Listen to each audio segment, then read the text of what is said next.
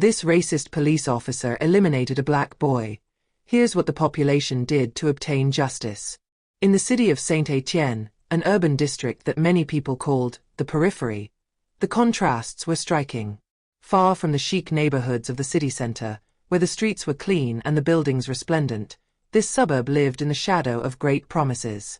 A lingering shadow of poverty, discrimination and neglect that was felt in every street corner, every forced smile, every interaction with authorities. Racial tensions were pervasive, but invisible to those outside them.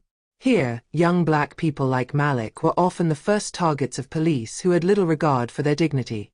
Their dreams systematically came up against closed doors, whether in the field of employment, education, or simply in their right to move around without being viewed with suspicion. Malik, a 22-year-old black man, had grown up in this oppressive environment, but he was not the type to let it get him down. He had always believed that hard work would pay off in the end, that the love he had for his family, especially his mother, would guide him towards a brighter future. He was a boy who got up every morning with the hope that, thanks to his efforts, he would one day escape the spiral of precariousness and social injustices that surrounded him. In Saint-Étienne, everyone knew him. His sincere smile, his respect for others, his determination. He never wanted to be noticed, just to live his life, contribute to his community, and make his mother proud. That morning, Malik walked quietly down the street, his heart light. It was a day like any other, and he was happy at the idea of seeing his mother after a day of work. She was a cook at a local restaurant, a modest place but one that paid well. The smell of the dishes she prepared every evening was a scent he had grown to love since childhood. This perfume symbolized family love, the warmth of the home. He dreamed of being able to offer her more, of getting out of this neighborhood, of building a better life for them both. But that day everything would change. As he crossed the street towards the house, the sound of an engine suddenly roared in his ears. A Saint-Étienne police patrol vehicle suddenly stopped next to him. He didn't even have time to react. Agent Delacroix, a police officer in his 30s, with a hard face and piercing eyes, was at the wheel. He was known throughout the neighborhood for his short temper and hostile attitude toward young black people. Malik had never had any problems with him before, but he knew that this man had no tenderness for young people like him. "Why are you here? You don't look like you're from here," Delacroix said in a contemptuous tone, a question that expected no answer. Malik tried to respond calmly, his words a final call for peace, a last effort to avoid violence. "I'm going to pick up my mom, I'm just on my way." His tone was respectful, almost humble, but the tension in the air was palpable, and Agent Delacroix didn't let him finish. Furious at this response, which he considered too calm, too defiant, he threw himself at Malik, grabbing him roughly by the arm. He shook him violently, almost lifting him off the ground before throwing him unceremoniously onto the cold pavement. Passers-by, frozen in the moment, watched without being able to move. The faces were tormented, some with expressions of incomprehension, others of silent anger, but none dared to intervene. The fear of being taken to task, the fear of reprisals, made them all spectators of a scene that they did not want to see but which was playing out before their eyes. "You think you're going to explain your life to me, kid?" Delacroix yelled, his voice full of disdain and anger. It was a cry of domination, a cry that did not expect a response, but which had only one goal: to subjugate, humiliate, break. The policeman leaned over Malik, his gestures becoming more and more violent, as if he were unloading all his frustration and resentment on the young man. He took out his baton, and without warning, he brought it down on Malik's body. The young man tried to protect himself, but the violence of the attack overwhelmed him. The blows rained down, hard and incessant, hitting his face, his stomach, his arms, without any consideration. Malik, stunned, struggled weakly, his mind beginning to blur from the pain. Each blow seemed to echo years of repression, of systemic racism, of institutionalized contempt. He knew that the situation was beyond his control, that there was nothing he could do to get out of it. But before he could even scream, Agent Delacroix raised his gun, and with a terrifying metallic flash, the bullet whizzed through the air and penetrated Malik's chest. The sound of the shot echoed like a death knell in the street. A dead silence fell on the witnesses, A heavy and unreal silence. A few seconds seemed to stretch into infinity, while the shocked passers-by remained motionless, as if petrified by the horror of what they had just seen. Malik fell to the sidewalk, his body curling in on itself in a final embrace of pain. The last beats of his heart were lost in the immensity of the dull noise of the street. The police arrived quickly, their sirens tearing the air, but the scene already seemed frozen in time. Their presence only accentuated the absurdity of the situation. One of the agents leaned over Malik's lifeless body, while another moved towards the witnesses to try to quell any protest. He resisted arrest. He was threatening, one of the officers said coldly, as if his words could erase the truth before them. But the eyewitnesses, although silent out of fear, knew exactly what had happened. They had seen Malik get hit for no reason. They had seen Delacroix shot without an ounce of justification. Malik did not resist. Malik was just a trapped young man, a victim of a system that had judged him guilty at first sight. The news of his death spread like fire throughout the neighborhood. First a murmur, then a cry of indignation which rose louder and louder, until it became a unanimous clamor. It was not simply the loss of Malik that resonated in the hearts of the black community of Saint-Étienne, but a collective cry against years of marginalization and police brutality. In this neighborhood, the names of young people killed by the police were piling up, but their memory was often swept under the carpet of indifference. But Malik, with his smile, his ambition, his respect for his family and his neighborhood, represented something greater. He was not just a young man passing through. He was a symbol. Families, friends, neighbors stood up together. The pain of loss turned into burning anger.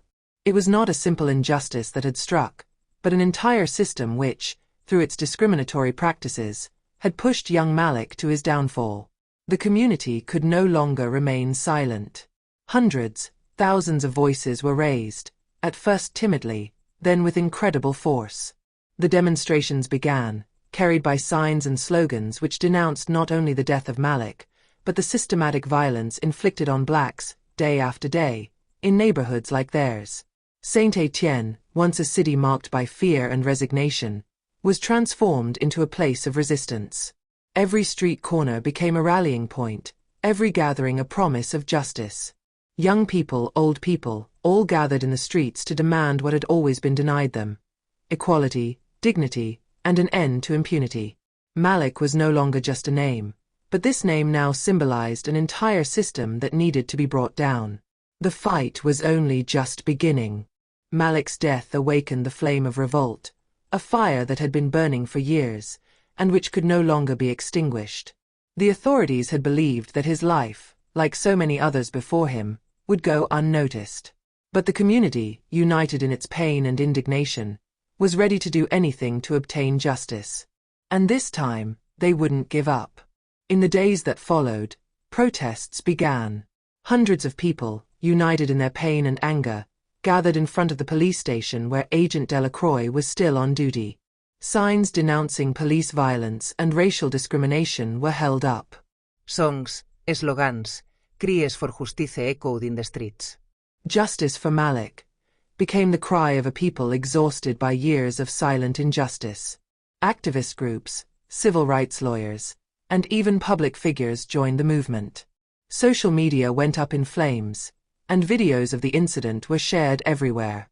Malik's face, lying on the ground, became the emblem of the fight against police brutality. The government tried to downplay the scale of the incident, but popular pressure grew.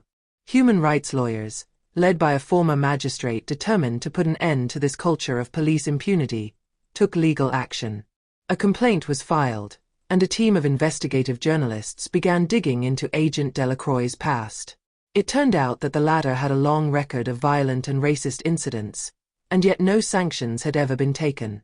The legal battle to obtain justice for Malik took a decisive turn when a network of anonymous witnesses came forward, providing crucial elements to the investigation. These witnesses, previously reluctant to speak for fear of reprisals, finally found the courage to reveal the truth.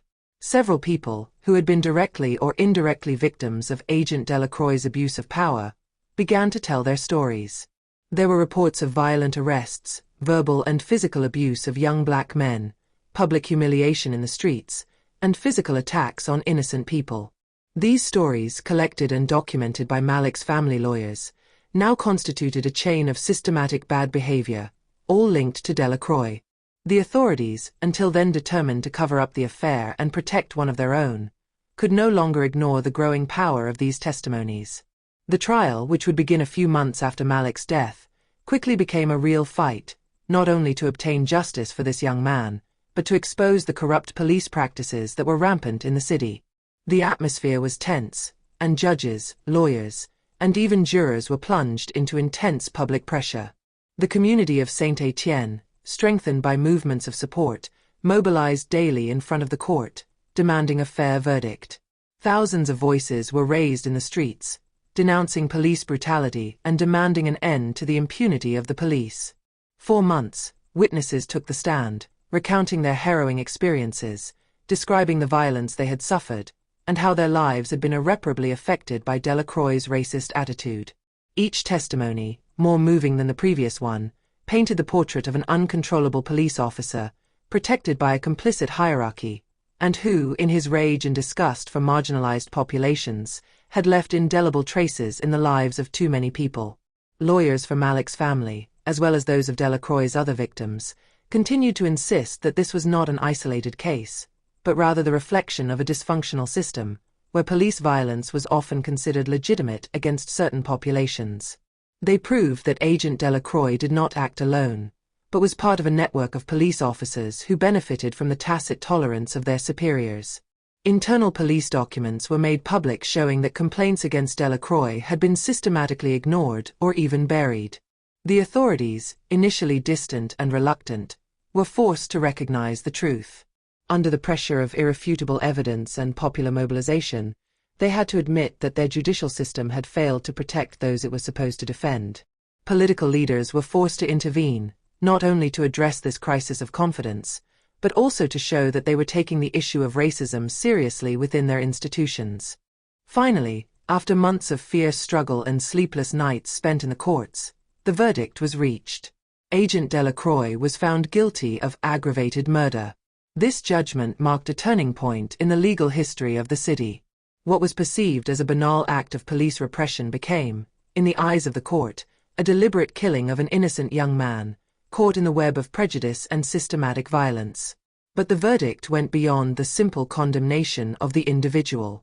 The court also ordered sweeping reforms in the way police officers interact with marginalized communities, requiring a complete overhaul of training procedures, the introduction of independent oversight mechanisms, and the establishment of regular checks to prevent abuse of power. For Malik's family, the pain of the loss did not dissipate, but they found some comfort in this historic verdict. Their pain turned into determination. Instead of allowing themselves to be overcome by grief, they decided to fight for a greater cause. The family, while mourning, embarked on community initiatives aimed at creating spaces for dialogue between the police and the population, raising awareness among young people about civil rights, and educating on the need to fight systemic racism. They opened community centers, meeting spaces where residents could gather, discuss and, above all, defend themselves against injustice. Protests in support of Malik grew into a national movement demanding changes in policing practices across the country. Malik's name was found on banners, on placards, in struggle songs. Human rights associations, intellectuals, artists and activists mobilized to make their voices heard, and the question of systemic racism in law enforcement became an essential subject in public debate. A new generation of activists was born from this fight. They were young, determined, and ready to shake up institutions to obtain egalitarian justice. They understood that injustice is not only fought in the courts, but also in the streets, in schools, in mentalities. They began to organize rallies, to form collectives, to launch awareness campaigns, to denounce police abuses through videos, testimonies, and investigations. They would not stop there, because the fight for Malik was also that of all the victims of a racist system. Despite the pain, Malik's legacy did not die with him. What he left behind was no longer simply a painful memory, but a living inspiration, a call to revolt, a cry for justice. His sacrifice awakened consciences and reignited hope among those who had lost faith in a system that seemed to ignore them. Justice, although long and difficult to obtain, ultimately triumphs. Malik's legacy materialized in the changes that followed, in the mobilization of younger generations, and in the resonance of his name, a symbol of struggle and victory against oppression.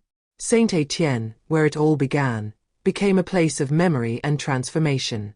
The city, bruised but strengthened by this ordeal, carried Malik's hope high, and his story, now inscribed in the heart of the nation, continued to resonate through the centuries, as an indelible testimony to the human capacity to fight for dignity, justice, and equality.